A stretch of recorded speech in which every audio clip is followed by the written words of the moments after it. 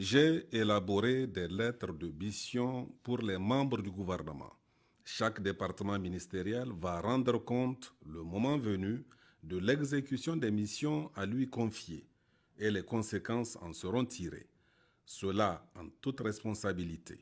Il s'agit de notre devoir sacré de redevabilité envers le peuple nigérien. En tout état de cause, à un moment ou à un autre, chacun rendra compte de ses actes devant le peuple, devant l'histoire et devant le Créateur. C'est aussi vrai pour les gouvernants que pour les agents publics, les pères de famille et chaque citoyen. Fin de citation. Général de brigade Abdraman Chani, président du Conseil national pour la sauvegarde de la patrie CNSP, chef de l'État. Message à la nation à l'occasion du 66e anniversaire de la proclamation de la République, 18 décembre 2024.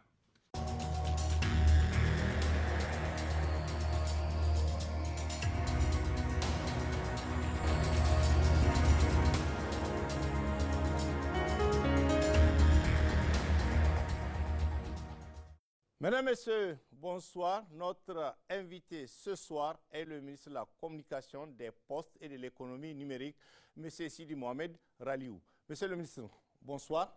Et merci pour l'honneur que vous faites à Télé Sahel d'être sur ce plateau pour cet entretien qui porte sur votre bilan à la tête du ministère de la Communication, des Postes et de l'Économie numérique à la suite de la lettre de mission que vous avez reçue du chef de l'État. Et pour entamer cet entretien, cette première question, Monsieur le ministre, pouvez-vous nous dire très brièvement dans quel état se trouve le secteur des télécommunications, des postes et de l'économie numérique avant les événements du 26 juillet 2023? Quelles sont les dispositions prises par votre département ministériel depuis votre prise de fonction pour améliorer la situation? Merci Abdoulaye, bonsoir Lajusman, bonsoir Abdoulaye Tchomoko.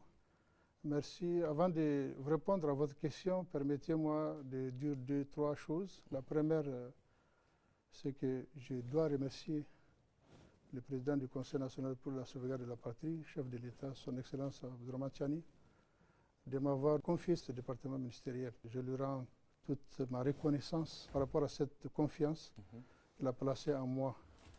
Et la deuxième chose, je dois remercier la RTN avant de commencer d'avoir donné cette possibilité à tous les membres du gouvernement de passer leur bilan et de discuter et de rendre compte à la population nigérienne. Je reconnais les efforts que vous faites tous les jours pour permettre aux Nigériens de savoir ce qui se passe dans leur pays.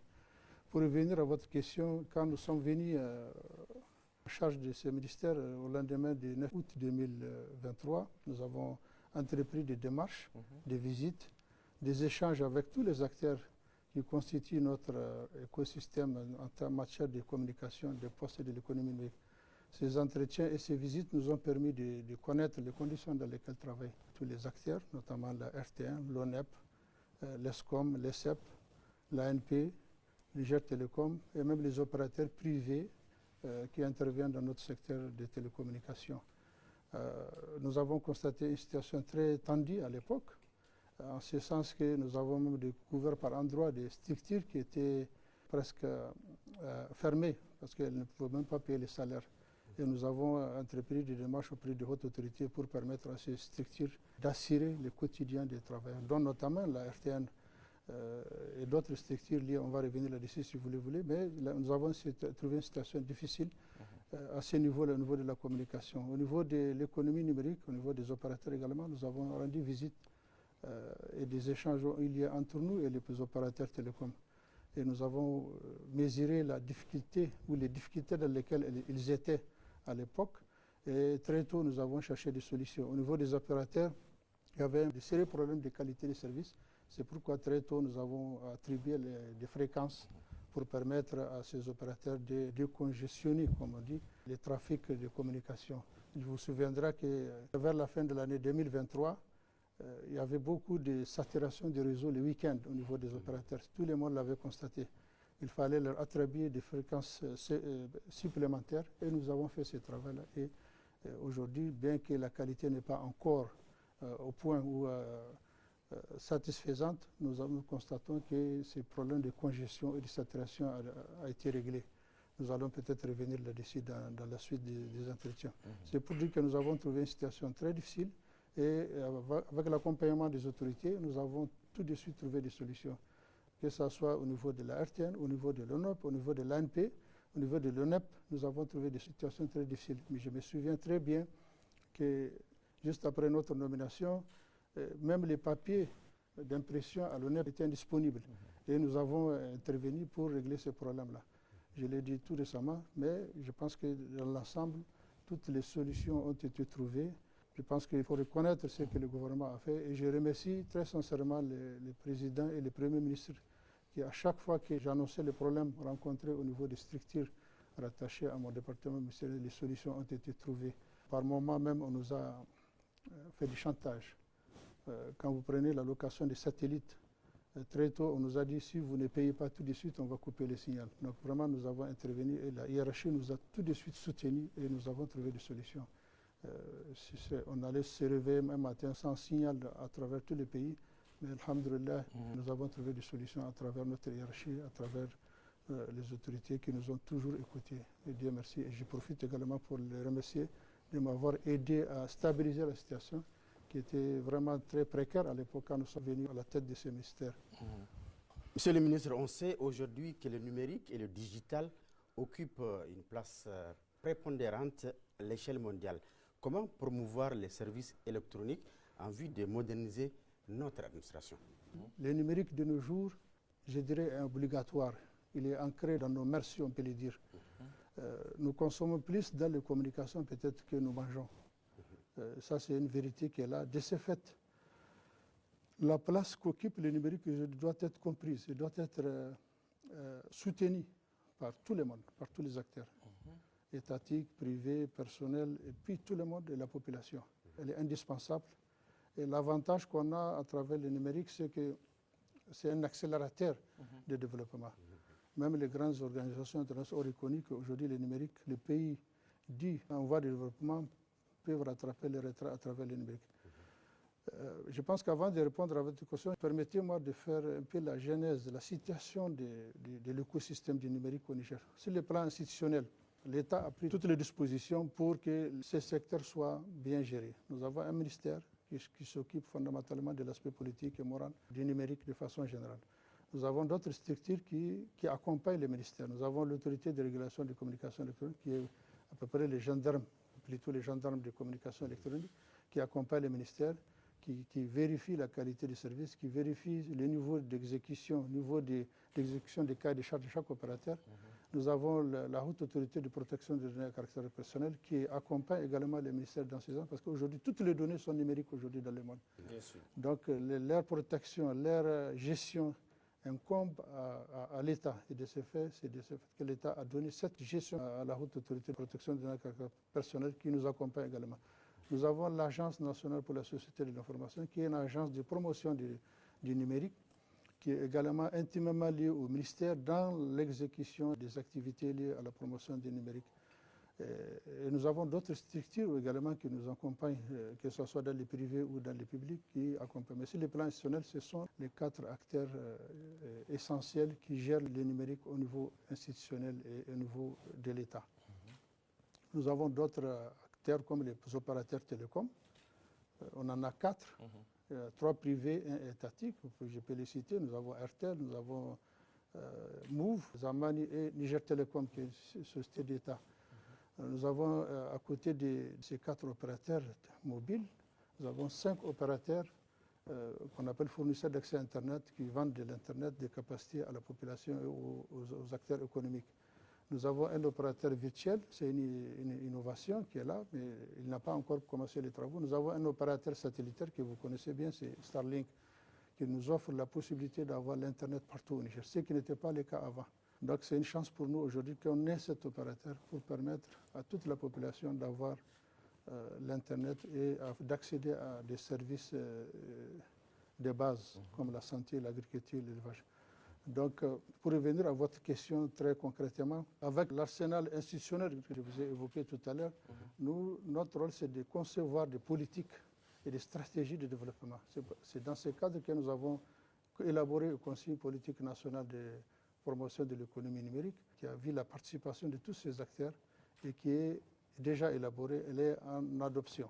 Nous avons élaboré une stratégie nationale de stratégie numérique de cybersécurité également, qui est là, qui est adoptée, qui a prévu la création de l'Agence nationale de cybersécurité et l'Agence nationale de communication électronique.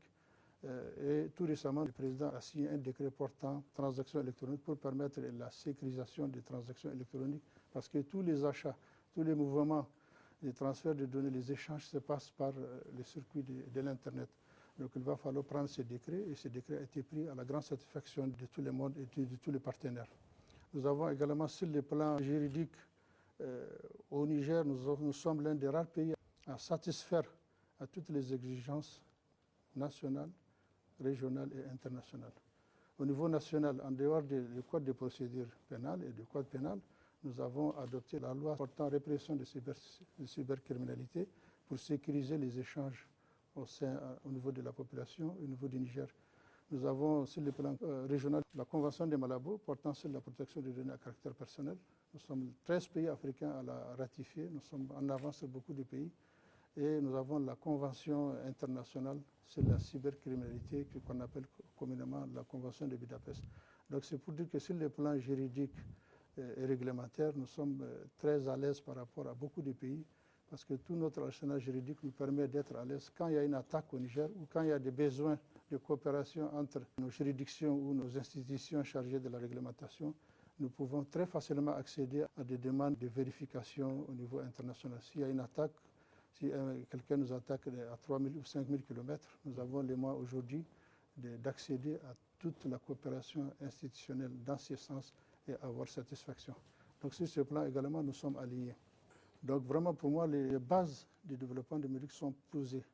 Maintenant, il reste maintenant à ce que les acteurs que j'ai cités créent une certaine synergie, comme l'a souhaité le président du Conseil national pour la sauvegarde tout récemment, que tous les acteurs travaillent ensemble, collaborent pour que les citoyens nigériens accèdent aux services numériques. Pour qu'au niveau de l'agriculture, tout ce qui concerne le développement de l'agriculture soit basé sur le numérique. Sur la santé, également, c'est la même chose. Pour le commerce électronique, c'est la même chose. Donc, comme le numérique est transversal, nous comptons transposer sur tous ces plans, sur chaque secteur, une couche numérique pour permettre à nos différents secteurs de profiter pleinement des avantages du numérique qui consistent à accélérer le développement de ces stratégies. Oui, monsieur le ministre, vous l'avez dit, le numérique est transversal. Donc, votre département ministériel est transversal. Cela m'amène à poser une question qui est toujours en lien avec la première. À quand l'avènement du zéro papier dans l'administration? Avec l'ANSSI, avec l'ARCEP, avec la haute autorité, nous travaillons tous les jours sur ce concept zéro papier qui me tient à cœur, parce que naturellement, moi je suis informaticien. Toute ma vie, je l'ai faite en train de déployer des solutions pour diminuer certaines surcharges du travail et être efficace. Donc c'est une bonne question, elle figure dans ma lettre de mission et dans les attributions du ministère. C'est pourquoi j'ai dit tout à l'heure, nous avons élaboré une politique nationale de développement du numérique. Une fois cette politique adoptée, nous allons la dérouler avec un plan d'action. Parce qu'aujourd'hui, nous ne disposons pas d'une politique. Une politique en matière de numérique, il n'y en a pas. Donc dès qu'elle est adoptée, nous allons la dérouler, nous allons donner un contenu. Elle a un plan d'action qui est déjà élaboré. Dès qu'elle est adoptée, nous allons la dérouler. Donc j'ai confiance au président et au Premier ministre par rapport à cela. Et je pense que la situation du pays n'a pas permis de régler tous ces problèmes en termes de stratégie et de politique. Dès qu'elle est adoptée, nous allons la dérouler. Nous sommes en train de construire un data center national, c'est une banque une base de données, une banque de données où toutes les données de notre pays seront stockées. On est en train de la construire avec le soutien de la Banque africaine de développement pour 9,5 milliards. Donc elle a un taux d'exécution de 13%. Nous pensons que plus tard, le 30 septembre, nous allons réceptionner cet outil où toutes les données du Niger seront stockées et sécurisées. C'est un data center national de tiers 3, ça veut dire que normalement, on ne peut pas avoir plus de 2 minutes de coupure. Nous allons prendre disposition pour que même les 2 minutes ne soient pas visibles. Nous sommes en train de construire 1031 km de fibre optique qui a un taux d'exécution de 97% pour avoir des sorties vers l'Algérie, vers le Tchad et reprendre les anciennes sorties traditionnelles qu'on a avec le Bénin et le Burkina. Nous avons amené aussi la fibre optique à la frontière du Mali. Donc l'objectif, c'est d'avoir une interconnexion régionale pour que nos données circulent de façon saine, transparente et rapide. Donc, si nous finissons la construction de la fibre optique très rapidement, avec l'Algérie et le Tchad, nous serons un pays de transit des données. C'est-à-dire que nous allons apercevoir des taxes, nous serons, si vous voulez, entre griffes, un fournisseur de transit de données, ce qui est très important. L'Algérie nous propose 10 Tera, c'est-à-dire 10 000 gigas de transfert par seconde. C'est-à-dire que si nous devrons vendre les transits par méga, vous imaginez combien on peut avoir par seconde. Et nous serons un trait d'union entre la Méditerranée, c'est-à-dire l'Europe, l'Afrique du Nord, et toutes les autres régions d'Afrique de l'Est et de l'Ouest. Donc ça, si nous arrivons à démarrer ça très prochainement, je pense que pour 1 ou 2 mois prochains, on pourra démarrer interconnecter le Niger à l'Algérie. Donc cette année, c'est ça? Oui, dans 2 ou 3 mois, je ne prenais pas. Donc il nous reste 3%, c'est des petits réglages que nous reste à régler, à effectuer, et puis nous aurons accès à toutes les données. Parce qu'aujourd'hui, comme vous le savez, les grands consommateurs de données, ce sont les Européens, les Occidentaux, et les grands pourvoyeurs, c'est l'Asie. Et le seul chemin par lequel ils passent, c'est le canal de Suez. Et le canal de Suez, vous connaissez la tension qui existe là-dessus. Nous recevons tous les jours des appels à quand votre interconnexion. Donc ça veut dire que beaucoup de données vont passer par le Niger. Parce que nous occupons une position naturelle où nous sommes pratiquement au centre de l'Afrique. Si vous traversez l'Afrique centrale pour aller à l'ouest ou bien au Maghreb, vous êtes obligé de passer par le Niger. En tout cas, de façon géographique, nous occupons une place de choix à cette position-là. Et nous comptons faire profiter le Niger de cette position-là en matière de numérique. Parce que toutes les données de l'Est, sans peut-être citer la Chine, le Japon, l'Inde, vont passer par le Niger. Et elles vont partir vers le côté ouest. Et le jour où on finira l'interconnexion avec le Mali, on pourra attaquer peut-être de l'autre côté en passant par la Mauritanie ou le Sénégal. Parce qu'aujourd'hui, tous les pays ont des problèmes pour faire transiter leurs données. Soit ils passent par les canaux de Suez ou ils contournent l'Afrique du côté Afrique du Sud. Et le câble est trop long. Et là, si on passe par le Niger, on transite à partir de l'Est, on attaque le Niger, on passe pour aller en Algérie. Dès qu'on sort par l'Algérie, on peut aller vers la Turquie, vers l'Europe. Et vraiment, c'est une position de choix. Donc ça, c'est ce que nous sommes en train de faire en termes d'infrastructure. En termes de sécurité également, nous sommes en train de voir avec l'ANSSI et l'ARCEP comment déployer des structures de sécurisation de ces données. Il ne suffit pas de construire et d'avoir, il faut sécuriser les données. C'est très important. On a les infrastructures, on a la sécurité. Il faut former des ingénieurs. Donc c'est pourquoi au niveau de notre école ESSEP, nous formons des ingénieurs en informatique, en réseau, en télécom. Et tout récemment, nous avons créé des filières d'avenir qu'on appelle cybersécurité, big data pour la gestion des grandes bases de données, cloud computing, des hébergements à distance. Parce que dès qu'on finit notre data center, tout le monde, les pays de la sous-région peuvent héberger leurs données chez nous. Et l'intelligence artificielle. Donc ça aussi, nous avons commencé à former des ingénieurs dans ce sens. La robotique également, nous avons ouvert une filière. Et la géomatique, c'est-à-dire la géographie plus l'informatique, pour permettre à des Nigériens d'avoir cette formation, parce qu'il n'y a aucune filière au Niger qui le fait, mais là, nous l'avons créée. Donc, nous avons, au niveau formation académique, créé les conditions pour que nous ayons des cadres capables de gérer toutes ces infrastructures, former la population, encadrer l'administration et sécuriser nos données et mettre en confiance nos partenaires. Monsieur, on va peut-être passer à la prochaine question, parce que tout à l'heure, vous avez parlé de 4 opérateurs de téléphonie mobile qui sont là et qui fonctionnent ici au Niger. Maintenant, la question, c'est qu'on a vu la société nationale, parce qu'en parlant de Niger Télécom, a un faible taux de couverture. Comment on peut expliquer que Niger Télécom se trouve aujourd'hui dans cette situation? C'est notre société nationale. Et malheureusement, quand on fait le classement, c'est la dernière, semble-t-il. Je ne sais pas si c'est vrai ou faux. Je vous remercie de cette question qui est très importante, qui me tourne la tête depuis que je suis à ce poste ministériel, et même avant, parce que je suis un agent du ministère. Vous avez raison, c'est le dernier opérateur. Voilà. Niger Télécom occupe 2% des chiffres d'affaires des opérateurs. Avec 2%, il ne peut même pas se payer les salaires. Nous avons constaté des problèmes au Niger Télécom. Le premier, c'est la gouvernance. C'est une société d'État qui a été trop politisée, parce qu'il faut dire la vérité. très politisée, parce que la direction de cette société n'a jamais respecté les préoccupations du gouvernement. Comme elle est politisée, donc ça passait, comme vous savez, je n'ai pas besoin de revenir là-dessus. C'est une vache à lait des hommes politiques. Bien sûr, bon, je dirais pas. Je pose la question, c'est une vache à lait des hommes politiques. Puisque les dernières n'ont pas beaucoup d'argent. Avant, je vais dire, quand elle avait beaucoup d'argent. Moi, je dirais que c'est la mauvaise gouvernance. D'accord. Deuxième problème, c'est les investissements. Donc, pour garder une société comme Niger Telecom, il faut investir. Donc, c'est pourquoi les dirigeants l'ont toujours maintenu dans cette situation, des dernières positions stables, capables de fonctionner comme elles fonctionnent aujourd'hui. Donc, c'est pourquoi, étant conscient de ces problèmes, vous avez constaté tout récemment, il y a moins d'un mois, la direction en général a été changée. Oui, bien sûr. Donc, je remercie très sincèrement le président pour cet appui, parce que ça nous préoccupait que la société nationale, qui devrait être à l'ère du numérique, le moteur, la sécurité. Parce que je vous l'ai dit, si je peux prendre des parenthèses, tous les pays qui veulent être souverains ont gardé leur société nationale. Voilà. Ont eu confiance à leur société nationale.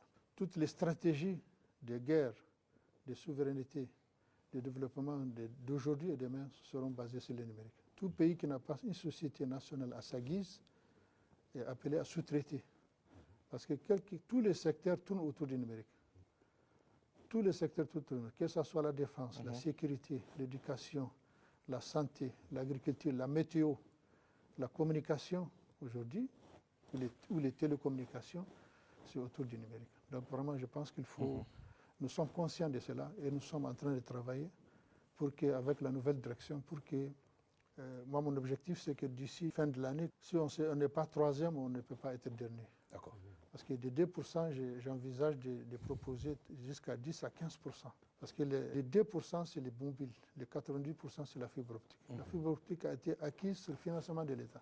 Ce n'est pas lié à l'ingéniosité ou au travail quotidien des travailleurs.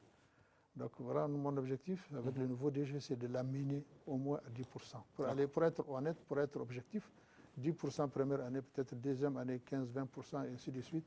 Sur 5 ans, on peut récupérer la première ou la deuxième place. En tout cas, c'est mon objectif. D'accord. Ça, c'est mon objectif. Merci, monsieur le ministre, pour cette explication. Monsieur le ministre, quelle politique efficace et de rupture avec le passé envisagez-vous dans les domaines des télécommunications, de la poste et de l'économie numérique? Et dans la même lancée, quels sont vos rapports avec l'ANSSI et tous les autres organes intervenant dans les domaines de compétences de votre département ministériel? Je commence par les relations avec l'ANSSI, qui était, avant notre arrivée, très tendue avec les anciens responsables de ce ministère. Okay. L'ANSSI devrait être une agence de promotion du numérique au service de l'État.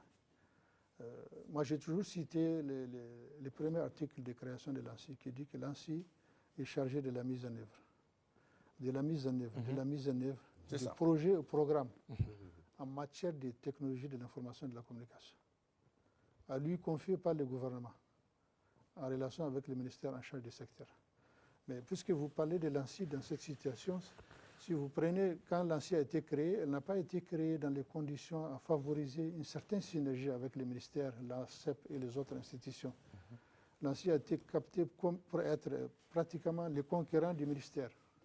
Ce qui fait que toutes ces années avant nous, il y avait toujours une certaine cabale, une certaine guerre entre les ministères qui sont en charge du secteur et l'ANSSI qui est chargé de la mise en œuvre. Parce que dans les décrets, dans la création, on ne dit pas que l'ANSSI conçoit ou élabore.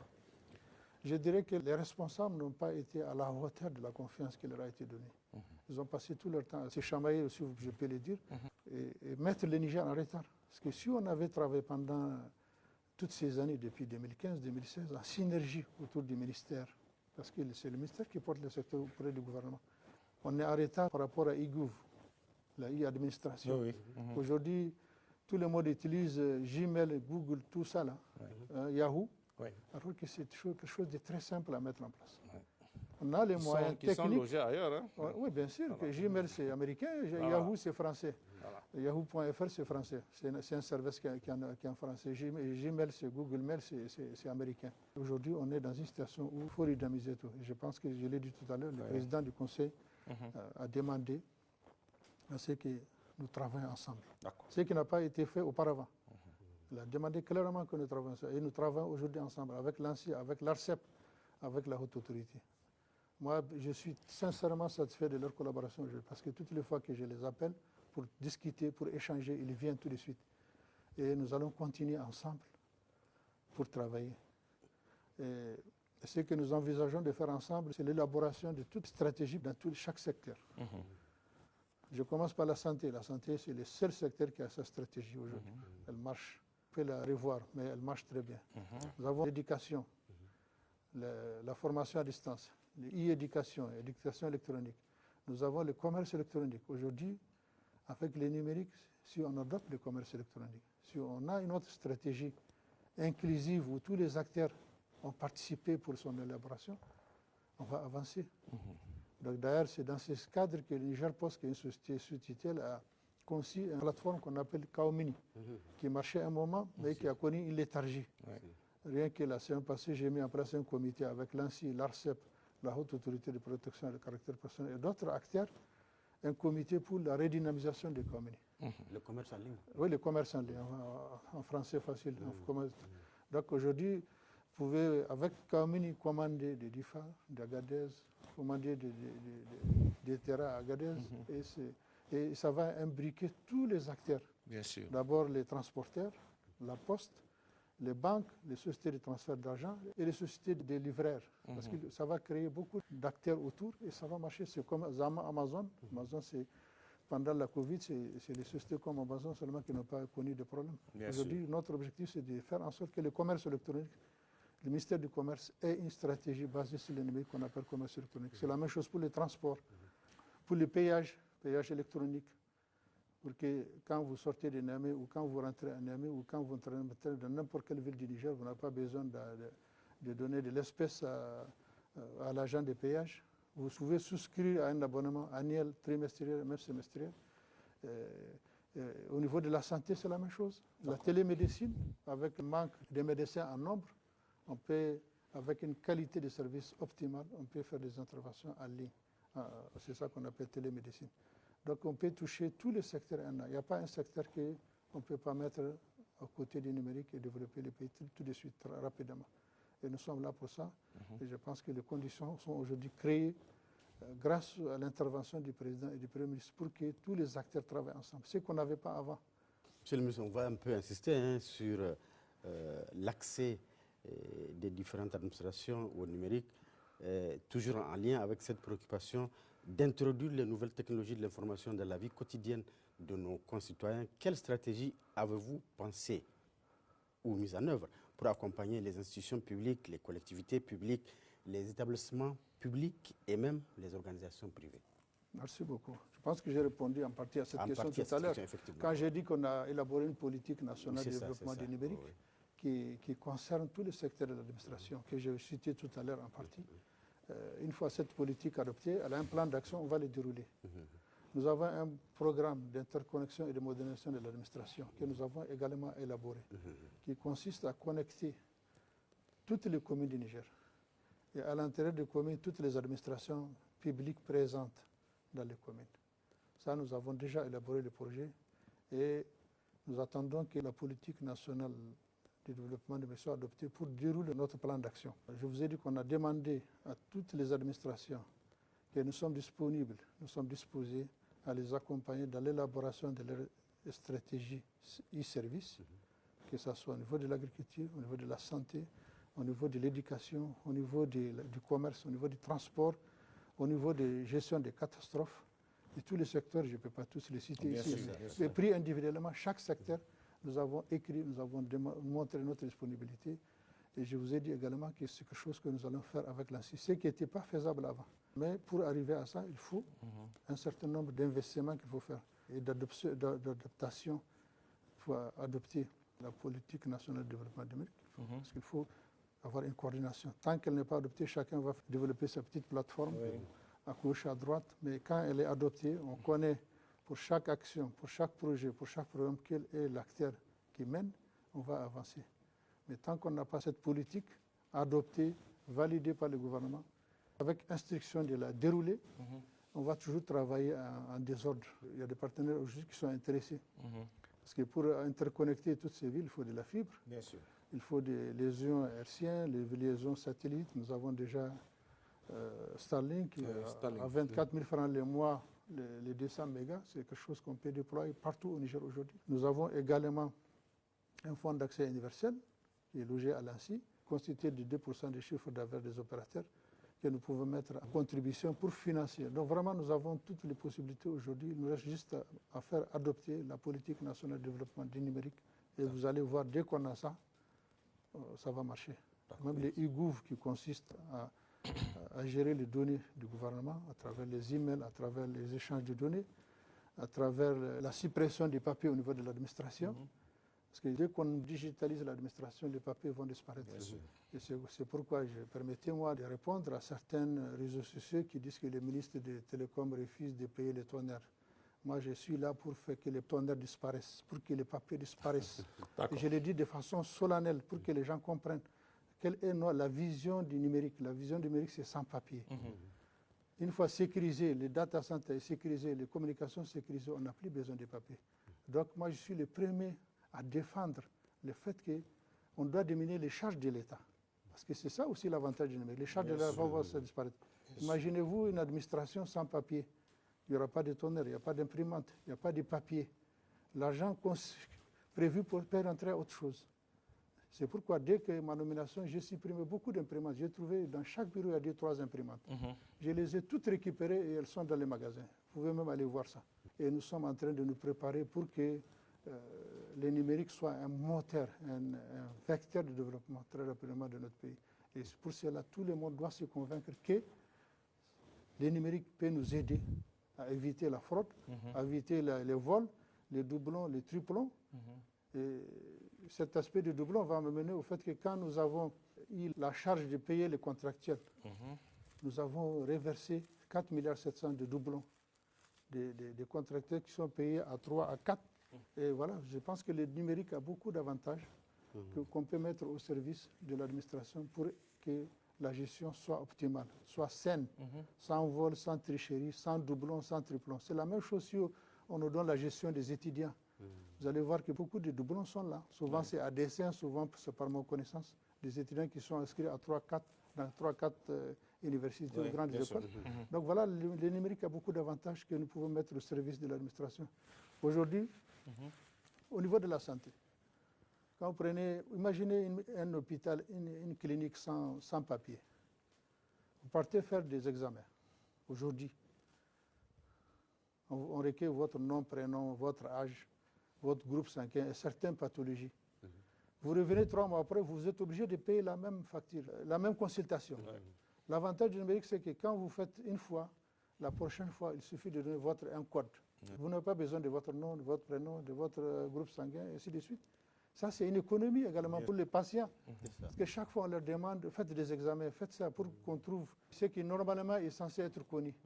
Donc voilà, il y a beaucoup de... Moi, j'ai visité dans un pays voisin un hôpital sans papier. Il suffit de venir avec votre empreinte, vous donnez votre empreinte.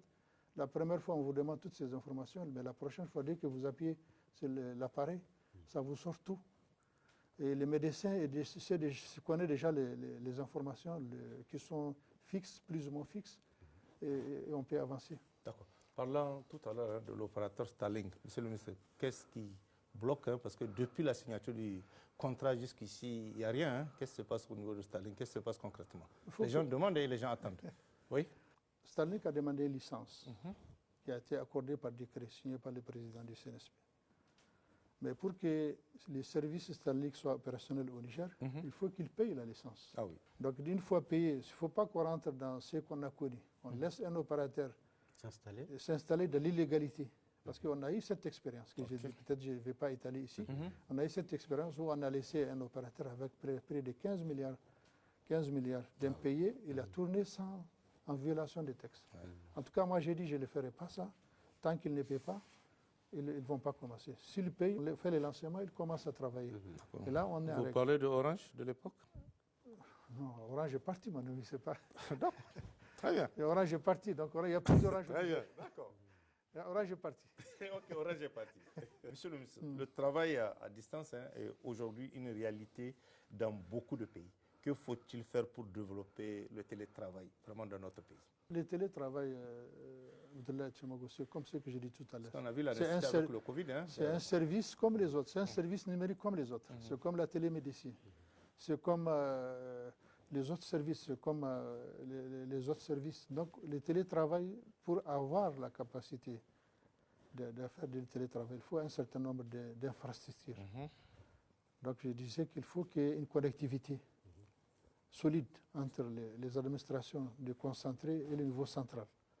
C'est pourquoi nous avons pensé au programme d'interconnexion et de modernisation de l'administration qui va connecter toutes les administrations, toutes les communes du Niger.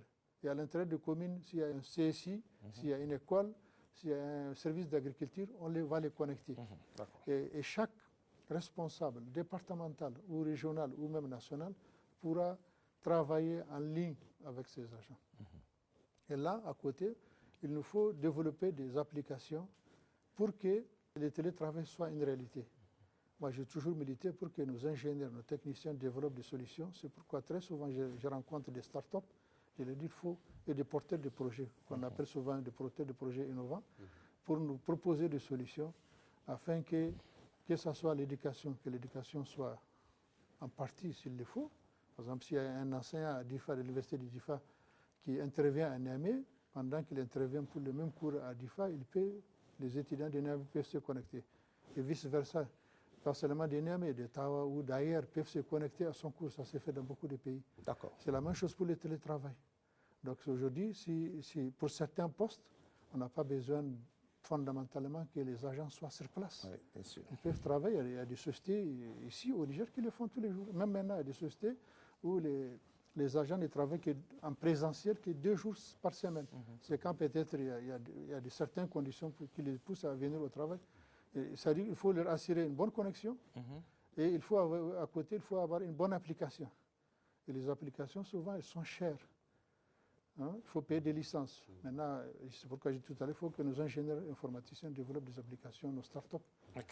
Mais la condition principale, il faut avoir une bonne connectivité. Il ne s'agit pas de rester à la maison, il faut avoir une connexion stable et de bonne qualité. D'accord. Oui, monsieur le ministre, parlons maintenant des startups, comme vous venez de le dire. Comment vos services s'attellent-ils à créer un environnement favorable au développement local du contenu numérique et accompagner ces startups locales? Comme je l'ai dit, c'est à travers les startups qu'on peut développer des solutions innovantes.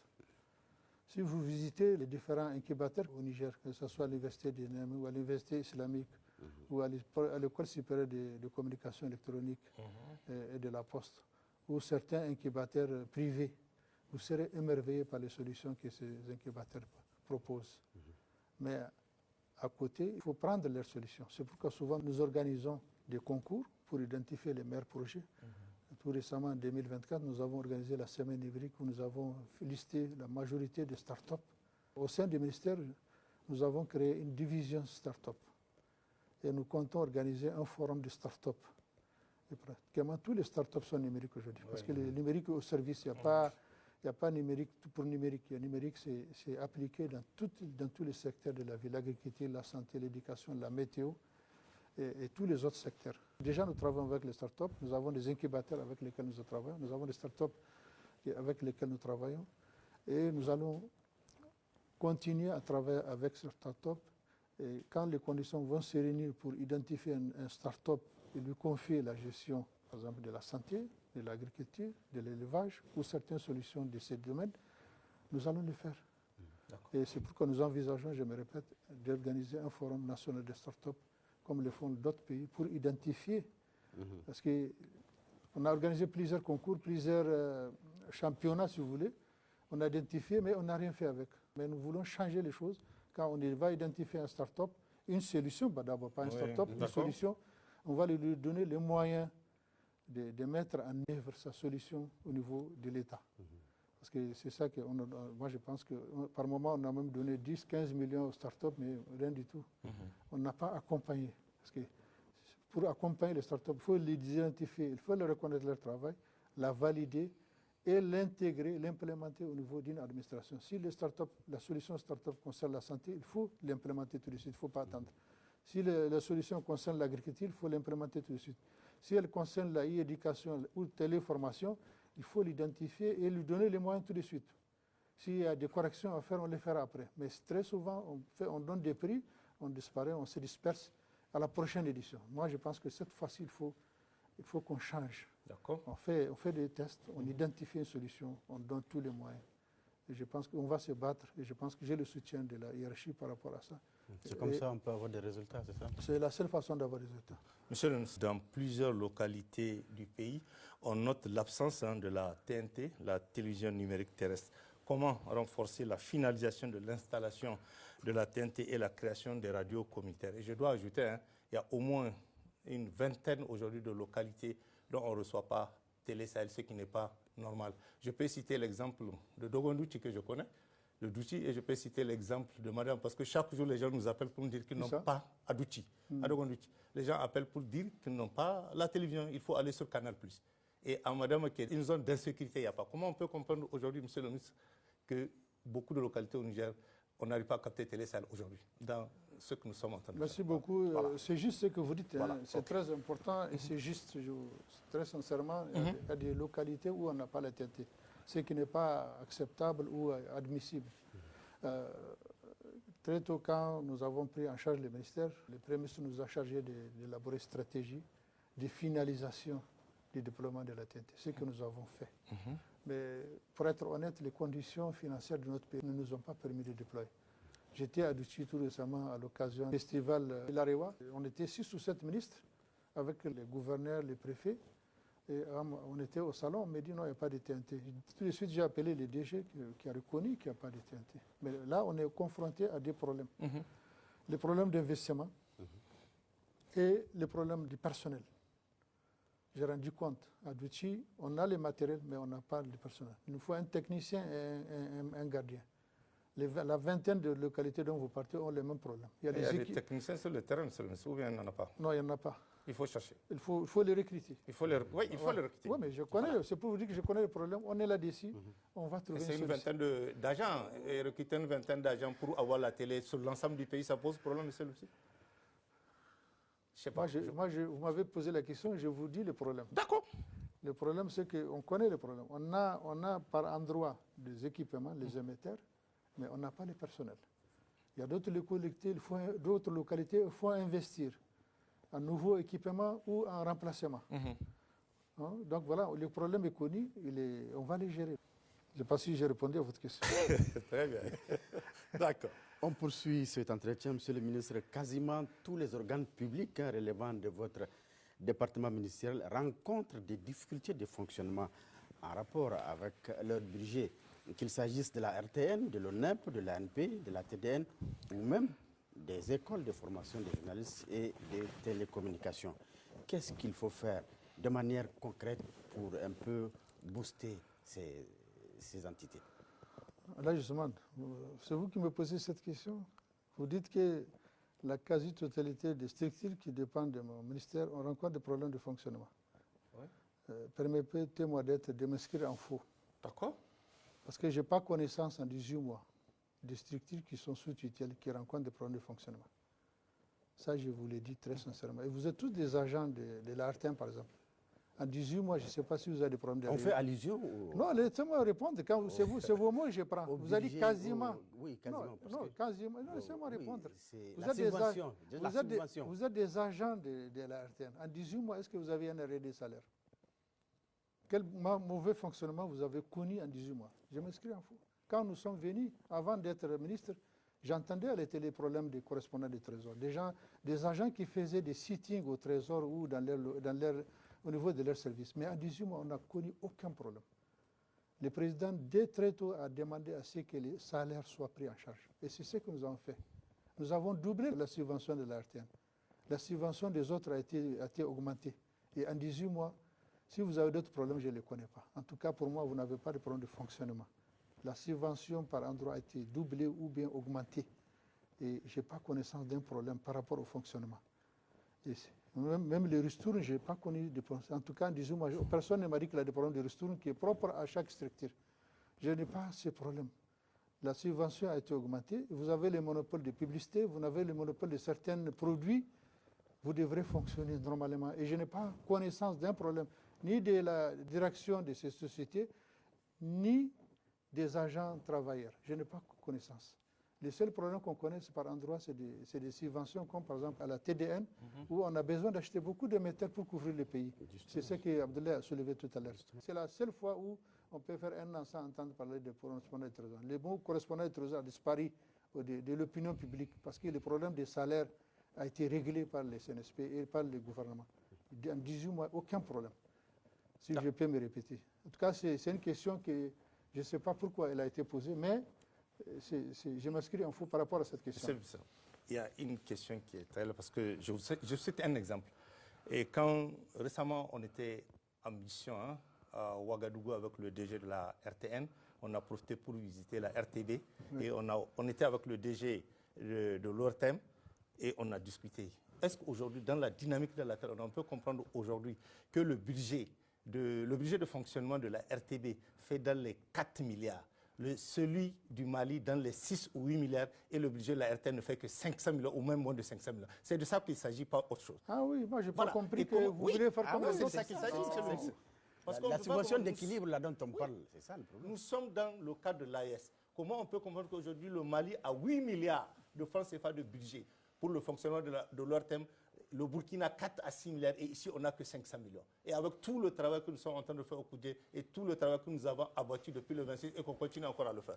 Je pose la question, on est en face du ministre de la Communication, on veut comprendre. Et qu'est-ce que le ministère va faire pour régler cette injustice? Parce qu'on parle d'injustice, nous. Quand le Mali a 8 milliards, 6 milliards et nous on a 500 millions, on ne comprend pas. Et c'est le bon boulot qu'on est en train de faire. Vous suivez le journal de l'AS, monsieur le ministre. Soyons lucides et sereins. On y va. Vous voulez faire comme les autres? Ou bien vous avez des problèmes, vous voulez qu'on les règle? Moi, je ne connais pas de problème. Non, on veut au moins être aligné. Non, si tu veux être... Non, écoute-moi bien. Si tu veux être allié pour avoir 4 milliards, pour faire quoi? On t'a dit, je vous dis, et vous êtes des agents, par exemple, de la RTN, dont vous parlez. Il n'y a aucun problème. Vos salaires sont payés, vos ressources sont payées. Hein? Même les missions, quand on les valide, vous partez en mission. Qu'est-ce que vous voulez? Moi, je pense qu'il ne faut pas chercher toujours à être comme l'autre. Moi, je connais les problèmes de ces pays-là. Vraiment, je n'ai pas envie d'en dire plus ici. Pas, je ne cherche pas à me comparer à d'autres. Ils ont 6 milliards, 4 milliards, je ne sais pas comment ils font. Mais nous, on vous donne 500 millions seulement par an et ça marche très bien. Vraiment. Sauf si je n'ai pas connaissance d'un problème qui nécessite qu'on dépasse 500 ou 1 milliard.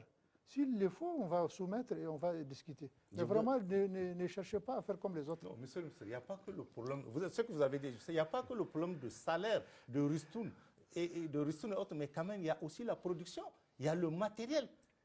Parce que souvent, on peut se retrouver avec une vingtaine de reportages et il faut 20 caméras. Par exemple, en termes de matériel, avec le DG, j'ai discuté avec lui, on a identifié des solutions à certains problèmes. Par exemple, nous avons dit, il est là, il me suit, qu'on peut augmenter, acheter des cartes de transmission qui embarquent beaucoup d'équipements à l'intérieur, qui sont nécessaires pour la production. On va placer un à Zender et un à Tawa. Et cette année, Inch'Allah, on va payer un quart qu'on placera à Zender pour deux raisons. La première, vous l'avez dit, c'est pour augmenter notre capacité de production. La deuxième raison, c'est pour permettre à DIFA, par exemple, quand il y a une activité à faire en direct, c'est facile. Zender, DIFA, c'est tout de suite à côté. Si Maradi veut faire une transmission en direct, Zender, Maradi, c'est à côté. En attendant qu'on ait par région un quart de transmission. C'est pour vous dire, on a prévu ça, et Inch'Allah, on va l'acheter cette année. D'accord. Donc, tous les besoins exprimés, oui. Moi, je pense qu'on a apporté des solutions. Que ce soit au niveau de la TD1 ou au niveau de la RTN, tous les besoins exprimés ont trouvé un début de solution. D'accord. Mais vraiment, ne cherchez pas à avoir le même budget que les autres. Cherchez à être... On est performant malgré tout avec notre budget que vous pensez être faible. Monsieur le ministre, moi, je vous donne un exemple concret. Moi, je dirige une télévision nationale. Ouais. Une télévision nationale, ça veut dire que c'est des programmes attractifs qu'il faut avoir. Et je ne suis pas à mesure de payer un bon programme attractif parce que je n'ai pas d'argent pour ça. Vous avez une subvention d'équilibre de l'État, 500 millions. Avant, c'était 250. C'est suffisant. J'arrive, soit. Moi, je ne pense pas que c'est insuffisant parce que je n'ai pas connaissance d'une demande particulière qui nécessite que je défende votre dossier. Vous avez le monopole de publicité. Vous avez participé souvent à certaines activités. Vous gagnez un peu de ressources. Par exemple, vous avez organisé la lutte traditionnelle à Tawa. Vous avez participé à des championnats de lutte. Vous avez été co-organisateur de cela. Vous avez d'autres produits, d'autres sources de revenus. Aujourd'hui, les privés nous reprochent de donner le monopole aux médias d'État. Vous avez la taxe de la RTL, vous avez beaucoup de ressources. Donc je pense que si on gère bien ce que l'État vous concède aujourd'hui, vous pouvez vous en sortir. Si on peut aller à 750 millions ou 1 milliard, je pense que c'est discutable. Mais vraiment, l'État vous a mis dans des conditions qui vous permettent d'être compétitif et de produire plus. Ça, je maintiens ça aujourd'hui. Monsieur le directeur de Télé Sahel. C'est l'achat des programmes. Oui, mais l'achat des programmes, il faut produire en local d'abord. Le Niger n'est pas connu. Allez-y dans le domaine de la culture, du tourisme, allez-y dans le domaine de l'agriculture. Moi, je suis contre qu'on achète à l'étranger des documentaires ou des programmes. On peut les produire ici, chez nous. Et on n'a pas besoin de beaucoup de ressources pour le faire. Donc c'est pourquoi d'ailleurs les DG, on a discuté, on s'est compris là-dessus. C'est pourquoi très souvent certains veulent aller en mission, mais j'ai dit non, il faut faire autre chose. Mission pour faire quoi? Quand c'est nécessaire, on le fait. C'est pourquoi les agents attendent ma réponse par rapport à ça. On ne peut pas faire sortir l'argent du Niger comme ça. Une mission nous coûte entre 2 et 3 millions par mission. Certaines nous coûtent plus. Donc moi je suis d'accord qu'on mette cet argent dans la production, dans le contenu adapté à nos réalités, au niveau de l'éducation, au niveau des émissions pour les jeunes, pour les enfants. On peut faire beaucoup de choses. Au niveau de la santé, j'ai vu dans certains pays, la télévision nationale a toujours une émission par semaine, par exemple sur les technologies, sur le numérique, sur la santé, sur certaines maladies chroniques. On les fait régulièrement. Et là, vraiment, je pense que vous allez élargir votre production. Mais je pense que c'est jouable. Mais essayez de nous convaincre, on va étudier. Mais vraiment, c'est de production sur plateau. Essayez de me convaincre d'abord, mais je suis convaincu qu'on fait très bien avec ce qu'on a aujourd'hui. On fait bien, mais en termes de produits, en termes de contenu, on n'a pas une grande assiette. Il faut vraiment aller dans ce sens. Et je pense que je suis disponible, je suis disposé à vous écouter et à vous défendre. Mais évitez de dire on fait comme un X ou Y. Ce n'est pas bon. Monsieur le ministre, les recettes publicitaires dont vous avez évoquées, c'est avec ça que la RTN a pu payer 11 mois de salaire sur 12. Voilà là où passent les recettes publicitaires. On peut vérifier. Oui, c'est bien. Voilà. C'est bien. Mais pour les autres, on insiste sur le budget d'équilibre. C'est pourquoi cette année, on va vous payer un quart à 3 milliards. D'accord. Je te donne même les prix. À 3 milliards, on va les placer à Zender. Et s'il y a d'autres demandes, on envisage même de vous construire un siège, un tour. Ça aussi, c'est des investissements de l'État. Ça, votre direction est au courant de cela. Donc, vraiment, je pense qu'on peut s'en sortir sans regarder chez les bases. Au niveau de l'ONEP, jusqu'ici, on atteint une imprimerie qui ne vient pas. J'ai réceptionné l'imprimante 4D, 4 couleurs. Qui marche très bien. En tout cas, depuis que je l'ai réceptionné, je n'ai pas connaissance d'un problème. Le DG est là. D'accord. On l'a acquise à presque 800 millions. Et le papier journal? Non, les papiers, ça c'est des consommables. Ça vraiment, c'est à la charge du DG, c'est lui de le faire. Juste après notre installation, je te le dis très sincèrement, on a l'habitude de venir me menacer. Monsieur le ministre, si vous ne payez pas la facture, demain, il n'y aura pas les journaux. Sahel. D'accord. Et depuis 18 mois, on n'a pas connu ce problème. Donc pour moi, il n'y a pas de problème de papier. On ne va pas se rabaisser jusqu'au papier. Et je pense que le DG de l'ONEP gère bien ça. Depuis qu'il a été installé, il ne m'a jamais parlé d'un problème de papier. Okay. Et je pense que le problème de papier est tellement élémentaire que je pense que ce n'est même pas bien de répondre à ça. Nous envisageons de payer une deuxième machine cette année, 750 millions. Okay. Ça aussi, c'est dans le budget de la loi des finances. 750, une deuxième machine. Donc toutes les conditions d'infrastructures pour vous permettre de travailler sont réunies et en cours d'être réunies pour vous permettre aux techniciens de travailler à l'aise. Merci, monsieur le ministre. Monsieur le ministre, on va avancer. Comme nous le savons, le secteur des télécommunications et de l'information, notamment la téléphonie et l'Internet, génère beaucoup de ressources financières. Comment expliquer à ce jour encore le faire part dans le budget national et le développement socio-économique de notre pays? Ça, c'est une bonne question. Parce que tout le monde pense qu'il y a l'argent dans les télécoms. Ah oui, il n'y en a pas? Je n'ai pas dit ça. OK. Mais j'ai dit tout le monde pense qu'il y a l'argent dans les télécoms. C'est l'opinion répandue. C'est l'opinion répandue, je le confirme. D'accord. Mais je vais vous donner quelques éléments de réflexion. Aujourd'hui, nous avons 17 millions d'abonnés au Niger, sur 27 millions de Nigériens. Un abonné, ça ne veut pas dire une personne. Parce qu'il y a des abonnés qui ont des téléphones, des numéros ou 3 numéros. Donc, si vous permettez de faire un exercice de statistique, si vous divisez les 7 millions par 2, à peu près 8 millions de personnes physiques qui ont des téléphones. 27 millions moins 8, ça fait 19 millions. Donc ça veut dire qu'il y a 19 millions de Nigériens qui n'ont pas de téléphone. À côté, on peut soustraire les enfants, parce que par convention des Nations Unies, des enfants de 0 à 16 ans n'ont pas le droit d'avoir un téléphone. Donc quand on sait que les enfants de moins de 16 ans, c'est entre 16 et 20%. Prenons 20%. 20% des 27 millions. Ça fait près, prenons 6 millions. C'est 5 millions 400, mais on pourrait prendre 6 millions par extrapolation. Prenons 6 millions. Donc 19 moins 6, ça fait combien? Ça fait 13. C'est pour vous dire qu'aujourd'hui, moi je peux soutenir qu'il y a 13 millions de Nigériens qui n'ont pas de téléphone, qui sont adultes. C'est dû à quoi? Selon moi, parce que ça fait longtemps que j'ai réfléchi à ça. C'est ça. Selon moi, c'est dû à la pauvreté. Deuxième point, il y a combien de Nigériens peuvent injecter 200 francs, 100 francs par jour? Il n'y en a pas beaucoup. Oui, c'est une réalité. Ça, c'est le plan conceptuel, conception des choses. Quand vous le faites, il faut étudier cas par cas les choses. C'est ça. Troisième point, au niveau des opérateurs, l'autorité de régulation des communications électroniques qui est censée les contrôler pour qu'ils ne fraudent pas, qu'ils ne trichent pas, pour qu'ils ne fassent pas d'habits, ne dispose même pas des moyens de les contrôler. Ça, je vous l'ai dit. Il faut considérer les 3 points. Le nombre de 13 millions de Nigériens en moyenne. Je suis sûr que ça dépasse ça, mais je préfère faire des extrapolations statistiques pour un peu avoir une image. D'accord. Deuxième point, il y a des pauvretés. Moi, je connais des villages, des familles où il y a un seul téléphone. Papa, maman, les enfants ont un seul téléphone. Ils appellent le matin, allô, ils mettent 200 francs juste pour mettre les bonus là. Le bonus, c'est pour encourager, ce n'est pas pour faire du business. C'est un supplément à des clients qui les encourage à rester, mais ce n'est pas pour faire des bénéfices. On concède des minutes aux clients pour les attirer seulement. C'est ça le bonus. Okay.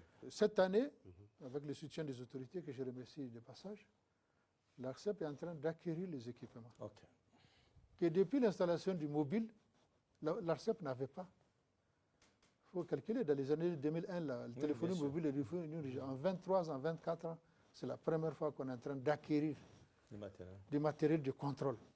Ça aussi, il faut saluer l'avènement du CNSP. D'accord. Ça, c'est très important à savoir. Si vous voulez, je peux rappeler ce qui s'est passé. Vous connaissez l'histoire de Walgate, la passerelle unique, où il y a eu des gens qui ont été en prison, ils ont détourné l'argent destiné à équiper l'ARCEP. Après, il y a l'histoire dans les années 2021-2022 de MJI. Ils ont signé une convention pour acquérir des équipements à 13 milliards qu'ils n'ont jamais livrés. L'argent a disparu. Ils n'ont pas été payés, heureusement. Mais on a perdu 4 milliards parce qu'ils nous ont voulu convoquer à la justice, si vous voulez les termes. Et il y a eu une entente, on laisse le procès et puis vous nous donnez 4 milliards. Ça veut dire qu'on a perdu 4 milliards. Et puis aujourd'hui, sans rien faire. Aujourd'hui, qu'est-ce que tu veux faire? C'est ce qui s'est passé, je vous relate les choses. D'accord. Aujourd'hui, avec le CNSP, on a acquis les mêmes équipements à moins de 1,8 milliard. Ah oui. Vous me suivez, on a acquis l'équipement à 1,8 milliard. De 13 milliards, où avant on a perdu des vingtaines de milliards. Aujourd'hui, on l'a acquis à moins de 1,8 milliard.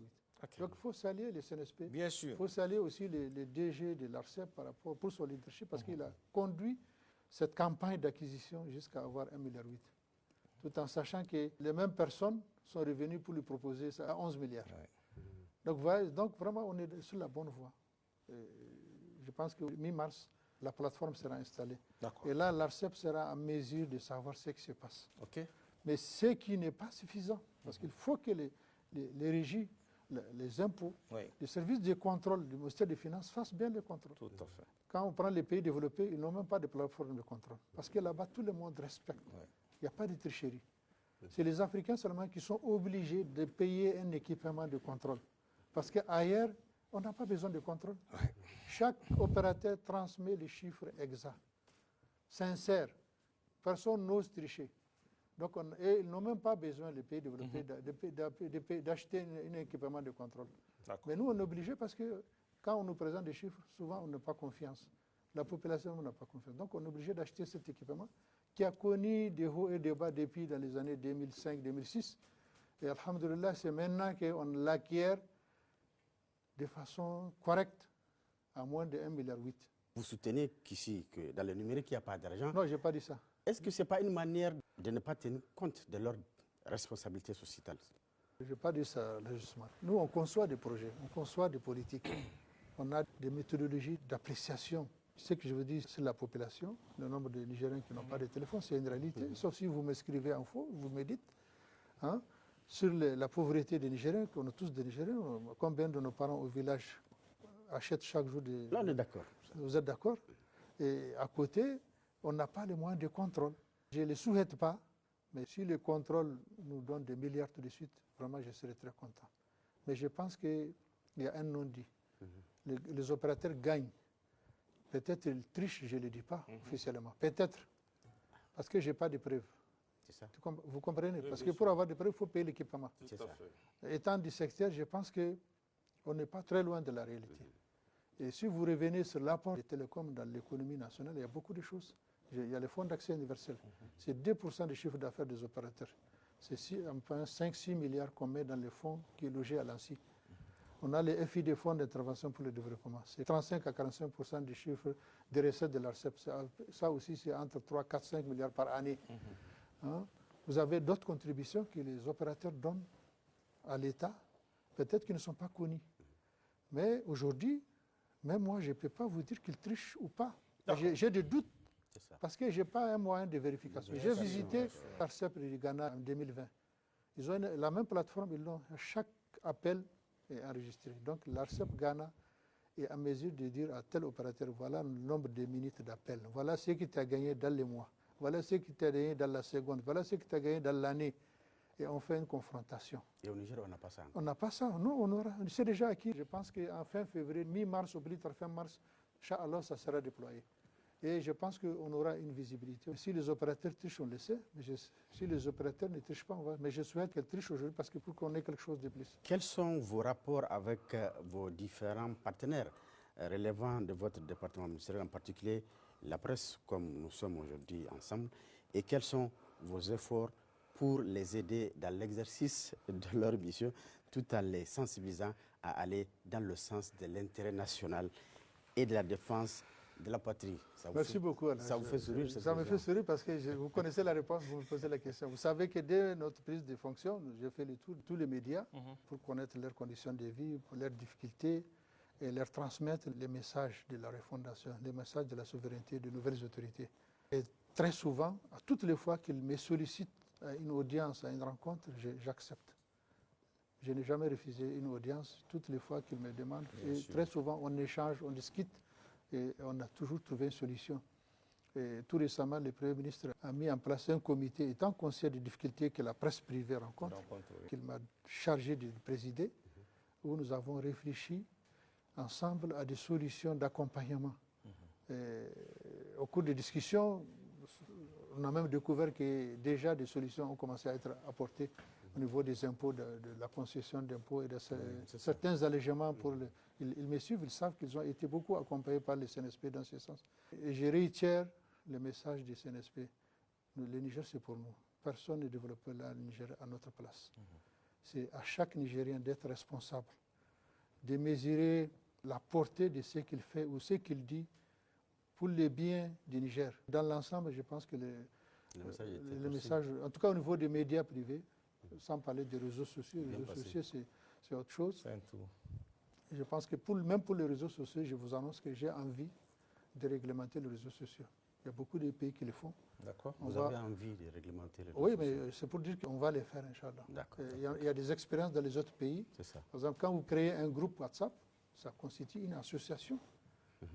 De quel droit le groupe peut s'arroger d'insulter ou de saper l'autorité publique ou de faire des choses qui ne sont contraires à l'éthique et à la déontologie. En tout cas, c'est une C'est un point sur lequel je suis en train de réfléchir avec mes conseillers, avec mes cadres. On va essayer de réglementer l'utilisation, surtout des groupes de réseaux sociaux. Parce que quand c'est un monsieur avec sa femme, ça va. Mais quand ça devient un groupe ou une association civile ou politique de 50, 100 personnes, on m'a fait même savoir qu'il y a un groupe Facebook de 100 000 personnes. Vraiment, je pense qu'on va réfléchir ensemble, on va produire le document ensemble au gouvernement pour voir comment réglementer. Je suis en relation avec mes homologues d'autres pays hors Afrique qui font la même chose, qui sont en train de réglementer l'usage des réseaux sociaux dans la vie quotidienne. Et c'est devenu chez nous une activité peut-être lucrative pour certains, subversive contre les régimes pour certains. Donc c'est à nous de réglementer ça. Inch'Allah, on va proposer des solutions pour que les réseaux sociaux sur le territoire du Niger soient réglementés. Parce que c'est des numéros des opérateurs qu'ils utilisent. On n'est pas contre, mais c'est des engagements qu'ils vont prendre. En tout cas, l'expérience qu'on m'a annoncée par rapport à ça, chaque groupe, à partir d'un certain nombre de critères, devient une association, comme une ONG. Parce qu'il y a des discussions sur ce qui se passe d'ici, il y a des choses qui se passent d'ici. Il faut définir les responsabilités quand il y a un problème. Une association illégale parce que elle est légale aujourd'hui, mais quand je dis réglementer, je vais proposer au ministre de l'Intérieur. Mais comme ça concerne mon domaine, c'est à moi de proposer. C'est ça. Et je pense que je serai écouté. Et on n'a pas d'autres moyens. Parce que nous, il y a beaucoup de gens qui ne font que communiquer, échanger sur les réseaux sociaux, insulter les autorités, s'insulter, créer, même peut-être aider des terroristes. Toujours en rapport avec la presse, notamment cette presse privée, cette question d'actualité. On parle, on a vu, la suspension, c'est ce que c'est dit, la suspension de l'émission Presse Plus sur Bonferré. Cette fermeture récemment de Canal 3, qu'est-ce qui s'est passé concrètement, monsieur le ministre? On peut savoir à peu près comment les choses sont passées? Moi, je pense que parce que ça spécule, les gens en parlent, monsieur le ministre. C'est le droit, mais je Voilà. pense que je pense que par rapport à Canal, c'est quelque chose qui est derrière nous. D'accord. Comme je l'ai dit tout à l'heure, je pense être compris par la presse privée. Quand j'ai transmis les messages d'appel à la patrie. Quand je disais tout à l'heure, dans l'ensemble, la presse m'a compris. Et je les remercie pour cela.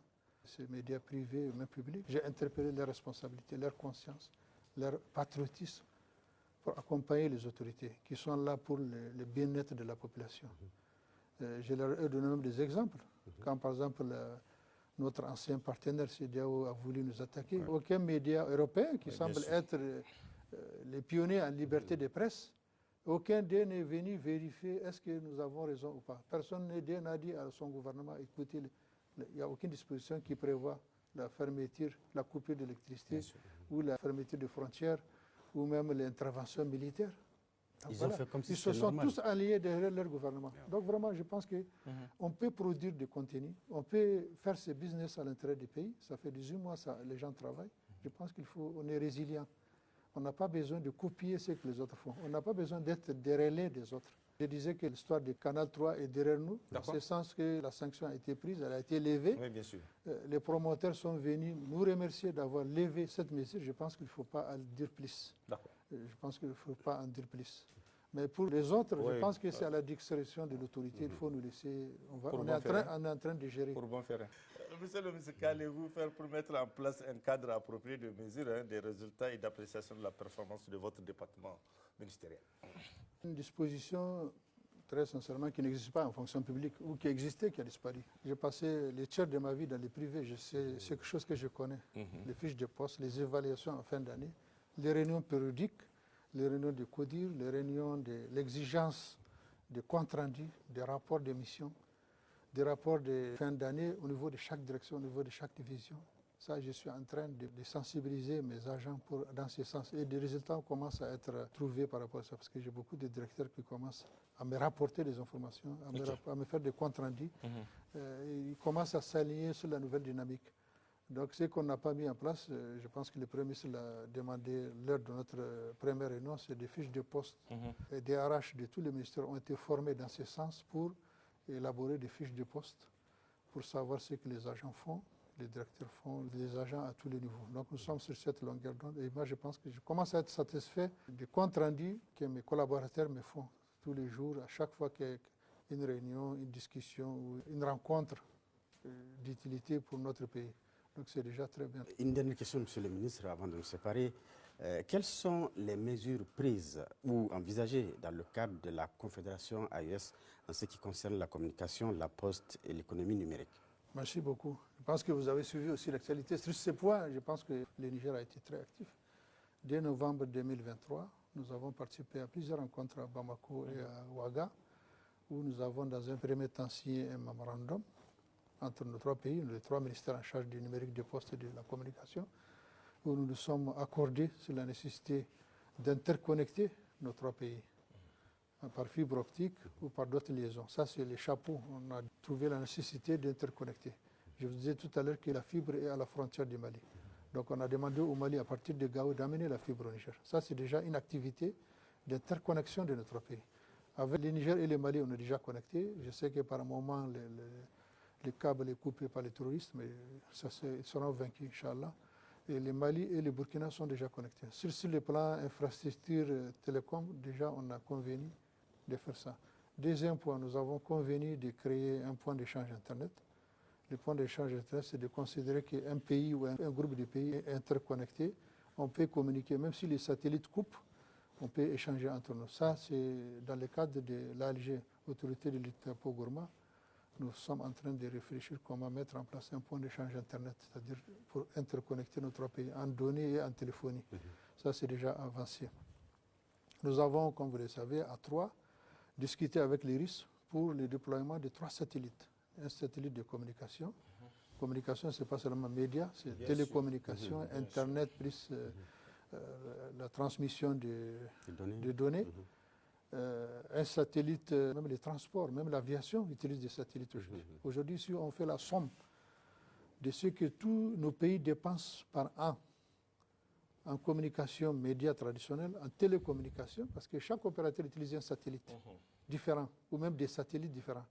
Il paye de l'argent. C'est ça qui fait par endroit même la charité de notre communication, puisqu'il paye des satellites.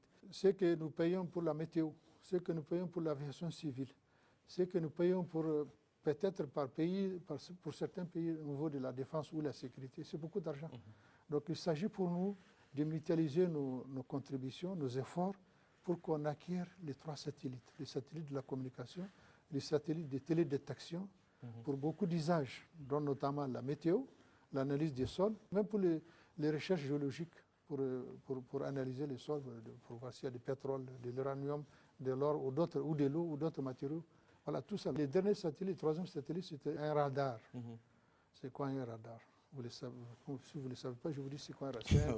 C'est un équipement qui permet d'analyser les mouvements au-dessus de la Terre, c'est-à-dire à peu près à 50-100 mètres. Tout objet qui tourne, qui rentre dans notre espace, le radar peut les détecter. Ça, c'est une solution à notre armée, à nos armées, à notre défense. Un système anti-aérien?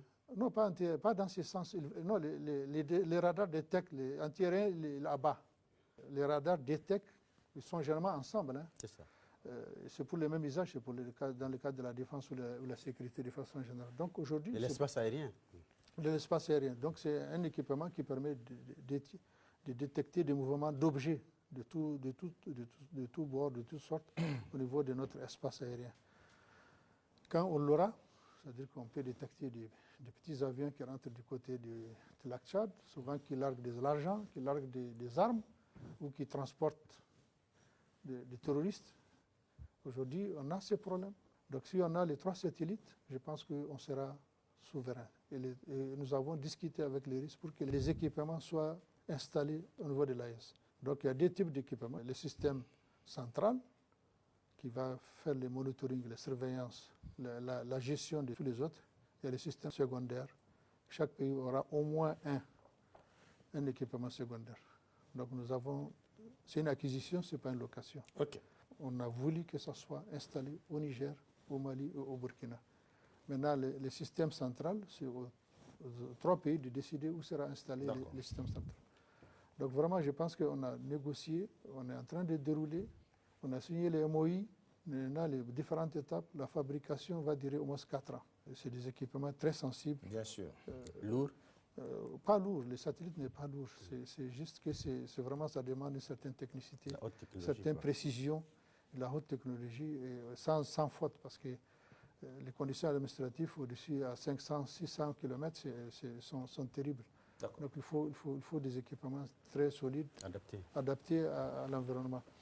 En attendant, nous sommes en train de négocier, toujours on n'a pas conclu les accords, pour que les Russes nous louent, en attendant sur 4 ans, les satellites, pour qu'on soit autonome. Et pour également qu'on teste la fiabilité de ces équipements. Parce qu'ils vont nous louer. Ils sont en train de fabriquer. Ils vont nous louer les mêmes systèmes qu'ils vont nous fabriquer.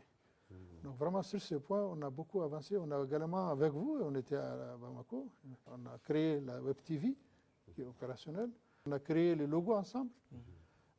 Vous savez, les logos, parce que nous, on n'est pas dans une compétition.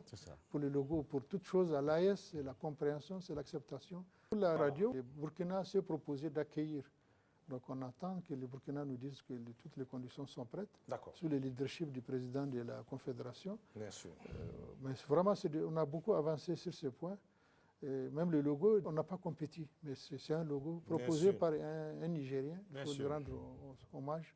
D'accord. C'est un Nigérien qui a fait ça, et c'est de façon bénévole. La charte graphique a été adoptée, elle a été proposée par le Niger. Elle est déjà disponible au niveau des 3 pays. D'accord. Donc vraiment, sur le plan AES, on est en train d'avancer. OK. Et beaucoup de choses, comme vous l'avez suivi, ont été faites. Et ça nous a montré la place de la communication au sein de toute politique, de toute organisation comme AES. Oui. Les 3 pays ont joué un rôle très important. Ou bien le secteur a joué un très important dans la concrétisation de l'AES. D'accord. D'où l'augmentation du budget de fonctionnement de la RTN, monsieur le ministre. On va finir. Quel sera votre mot de la fin? Non, mon mot de la fin, je n'ai pas parlé de beaucoup de choses qu'on est en train de dérouler.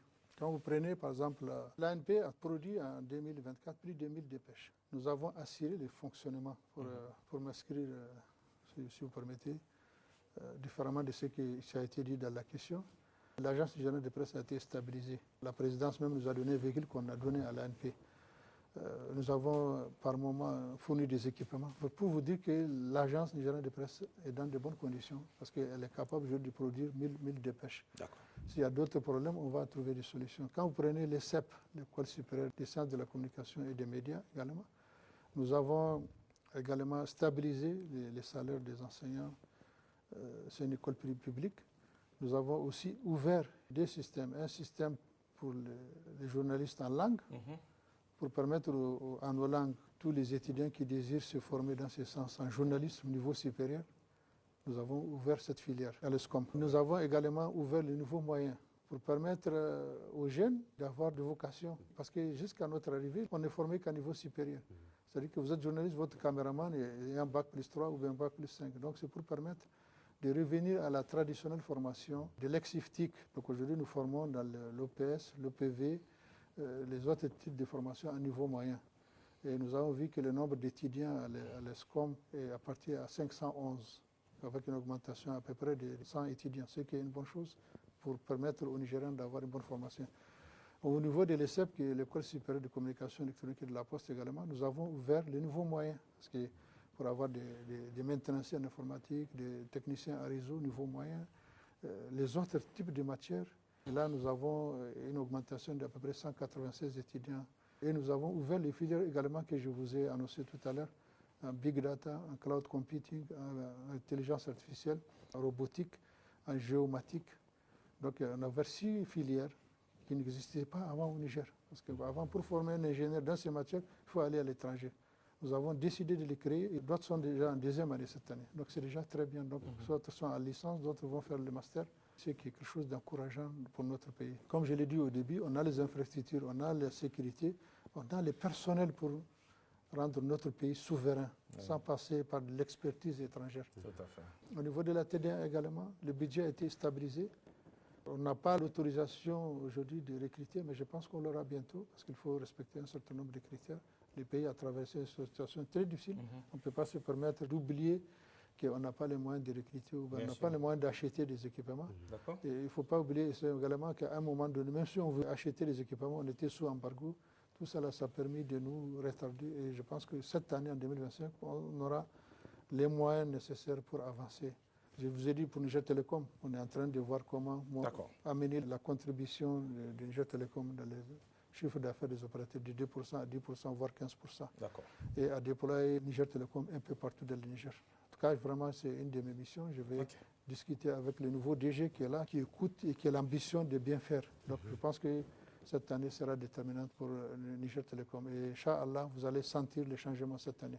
En tout cas, c'est l'ambition qu'on a, c'est la volonté qu'on a. Merci pour cet entretien et merci pour tous les efforts, on l'a vu, que vous êtes en train de déployer dans le secteur des télécommunications, même si beaucoup reste à faire, vous l'avez reconnu, mais qu'il y aura un changement significatif dans les prochains mois ou les prochaines années à venir. Merci pour cet entretien. Merci beaucoup.